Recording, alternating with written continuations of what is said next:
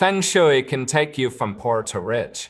We are currently living through a pivotal and perhaps catastrophic moment in the history of human civilization, era of unprecedented material excess where the delicate boundaries between necessity and desire have been completely obliterated by a relentless 24-hour culture that screams at us from every screen and billboard to consume, to devour, and to display every single intimate moment of our lives for public validation.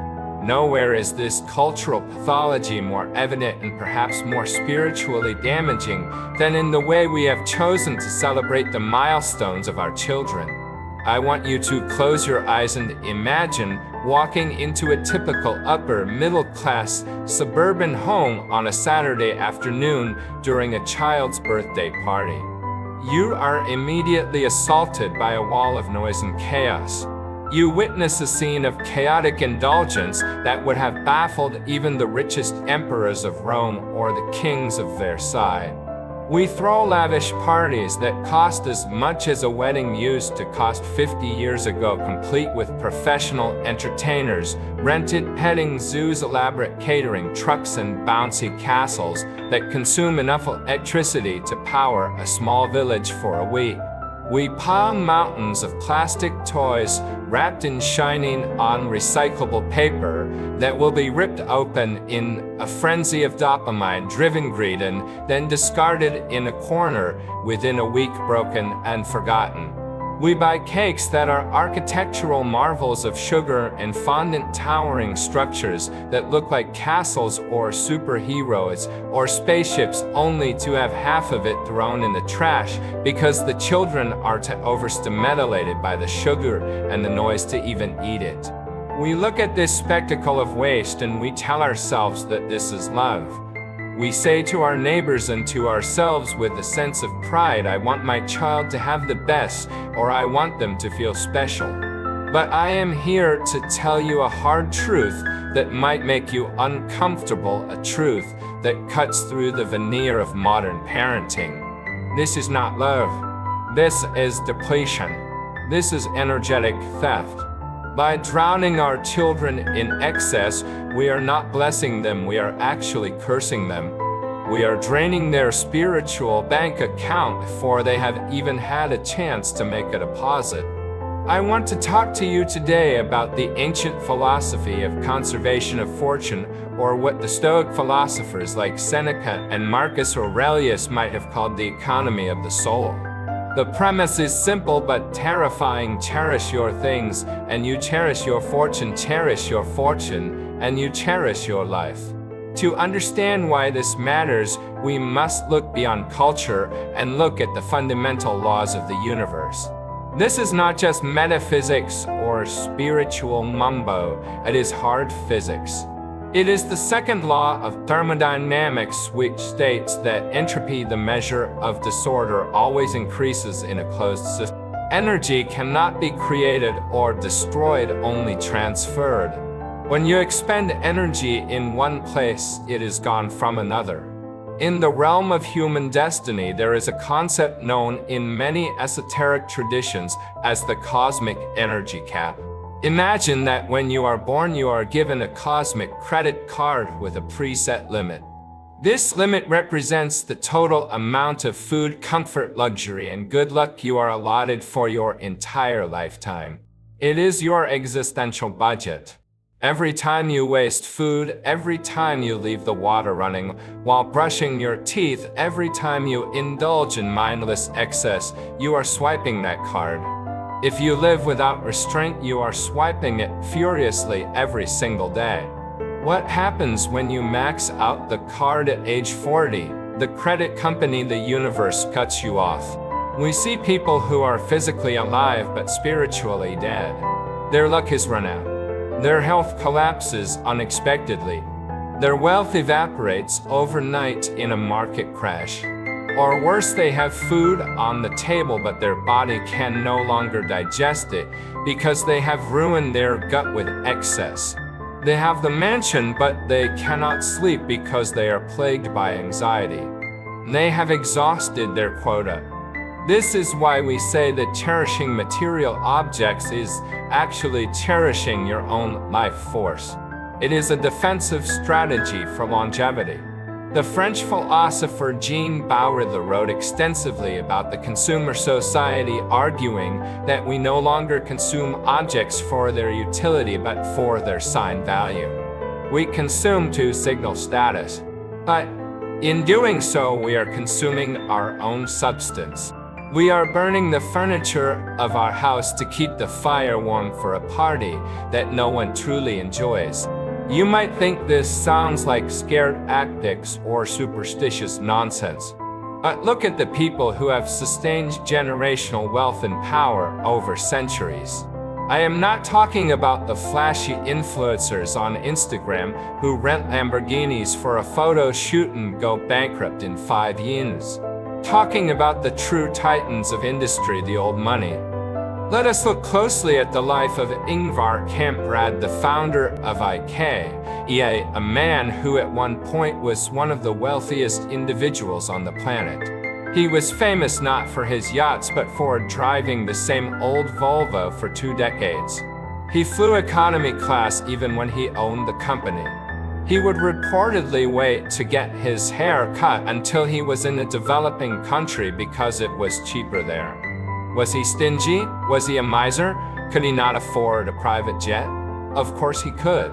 He could have bought an entire airline.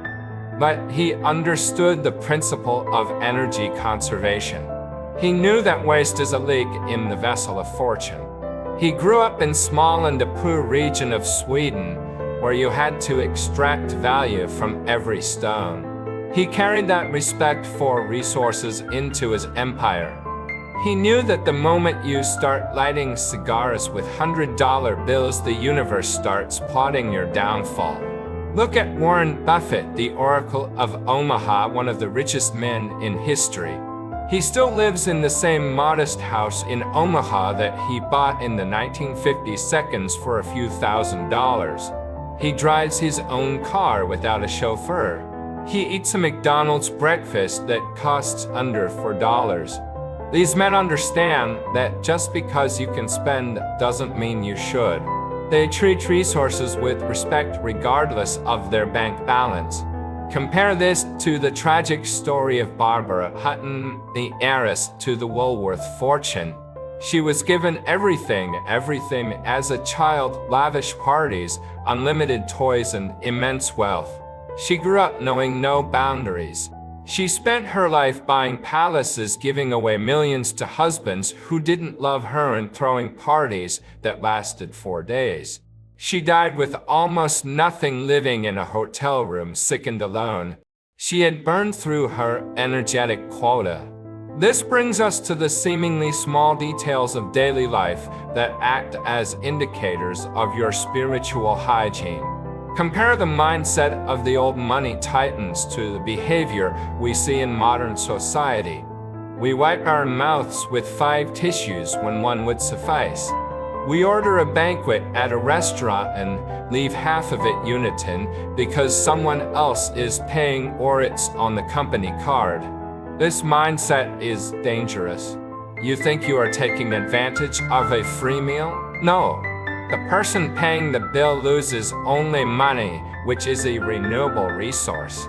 Money comes and goes. You, by wasting the food, are consuming your own karmic credit, which is non-renewable. Whether the resource belongs to you, to the company, or to the public, the act of wasting it registers on your personal ledger.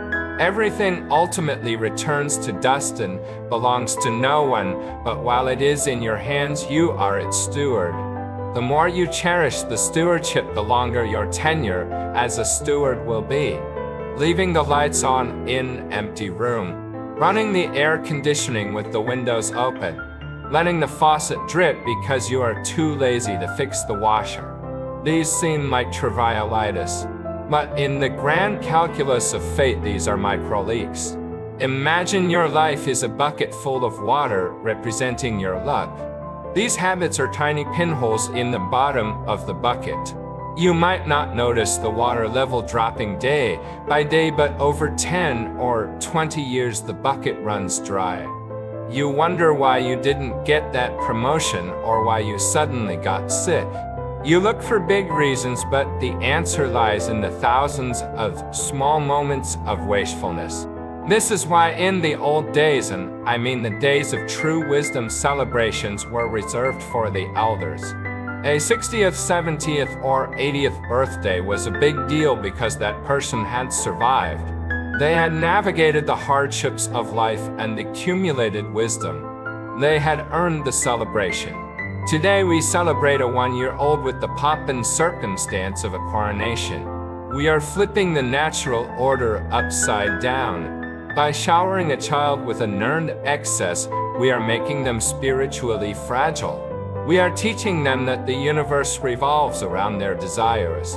We are creating what the psychologist Jonathan H. Haidt calls the coddling of the American mind, but on a spiritual level. This is not enriching them, it is hollowing them out. True rich raising, or the concept of noblesse oblige, is never about material saturation. It is about the richness of the spirit, the fortitude of the character, and the depth of the intellect. The ancients distinguished between being rich, having money, and being noble, having worth. Today we have a surplus of the rich and a famine of the noble.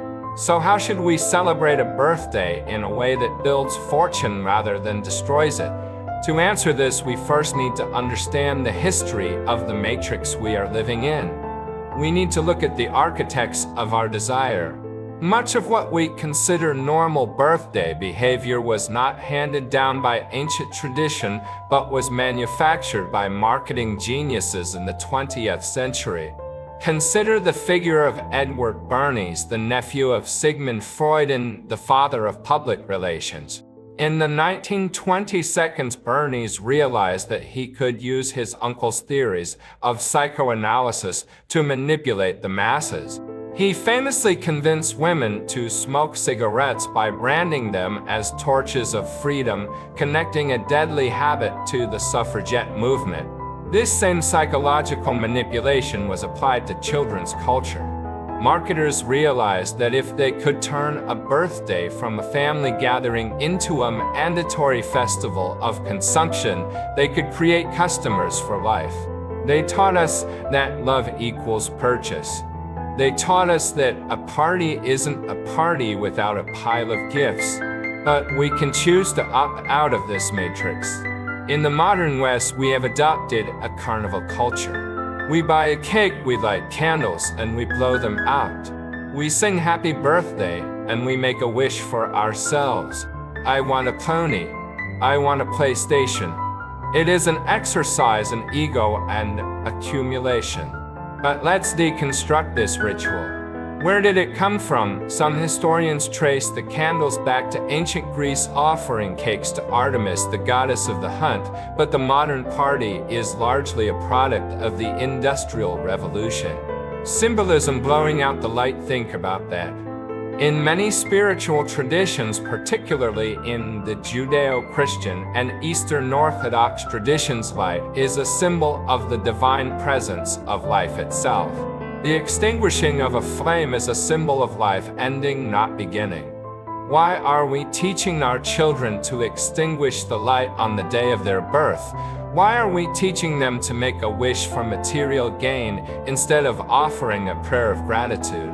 What if we reimagined the birthday entirely? What if we looked at how the Stoic families or the deeply religious communities of the past handled this day? In the Puritan tradition or in the rigorous upbringing of Victorian virtue, a birthday was not a day of receiving, it was a day of reflection and giving. Instead of the child sitting at the head of the table demanding gifts, imagine a ritual where the child is taught that their birthday is actually their mother's day. This is a profound shift in perspective. The day you were born was the day your mother walked through the valley of the shadow of death to bring you into this world. It was her day of suffering, her day of labor, her day of triumph. In the days before modern medicine, childbirth was a life or death event.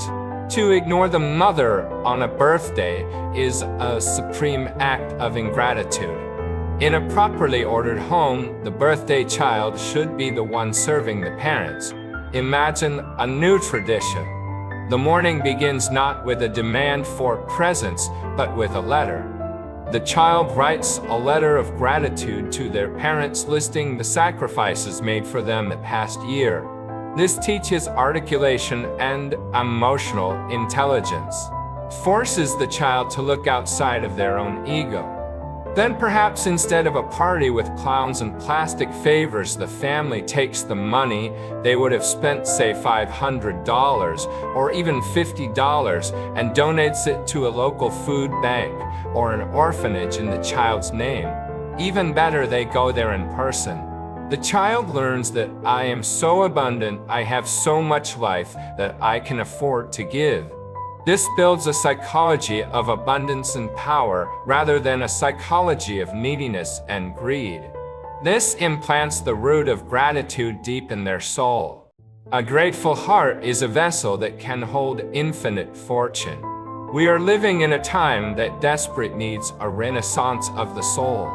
We have been seduced by the glittering lights of consumerism for too long. We have swallowed the lie that more is better. We have become what the existentialist feared, hollow men stuffed with straw and buying things we don't need to impress people we don't like. We need to look at the cautionary tale of the Vanderbilt family compared to the Rockefellers. Cornelius Vanderbilt was the richest man in America, the Commodore who built the railroads. But his grandchildren died broke because they did not understand conservation. They built massive mansions on Fifth Avenue and threw parties that cost millions only to see their fortune dissipate within 2 generations. It is often said that the first generation makes it, the second generation spends it, and the third generation blows it. Compare that to the Rockefellers, who taught their children to account for every penny in a ledger. John D. Rockefeller Jr. gave his children a strict allowance and required them to give 10% to charity, 10% to savings, and account for the rest. This discipline preserved their wealth and their sanity. It is time to return to essentialis. It is time to return to the roots. The great philosophers from Socrates to Emerson have always taught that the unexamined life is not worth living and the undisciplined life is destined for ruin. We need to stop copying the empty rituals of commercial culture, the balloons, the blowouts, the waste. We need to curate ceremonies that have weight and meaning. We need to teach our children that they are part of a lineage, part of a community, and part of a delicate ecosystem that requires their respect. Let us consider the profound psychological impact of delaying gratification. In the famous Stanford marshmallow experiment, children who were able to wait for a second marshmallow rather than eating the first one immediately ended up having better life outcomes in every measurable metric, from SAT scores to body mass index to divorce rates. Why? Because they understood that the future is worth investing in. When we give our children everything they want the moment they want it, we are robbing them of this critical skill. We are training them to be impulsive animals rather than thoughtful humans. We are short-circuiting their dopamine receptors, creating a generation of addicts who cannot tolerate even a moment of boredom or desire. By simplifying the birthday, by removing the mountain of gifts, we are actually giving them a much greater gift, the gift of desire itself, the gift of looking forward to something, the gift of savoring. As the philosopher Friedrich Nietzsche said, he who has a why to live can bear almost any how. If our children's only why is the next toy, they will crumble when life gets hard. But if their why is contribution, gratitude, on family connection, they will be unbreakable. So I implore you, the next time your child's birthday approaches, resist the pressure to conform. Do not rent the bouncy castle.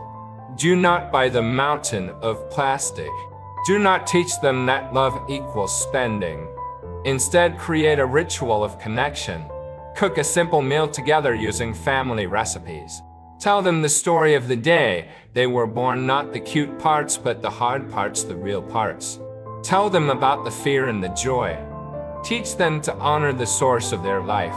Teach them that the most precious resource they have is their time and their energy, and that these things must be guarded fiercely.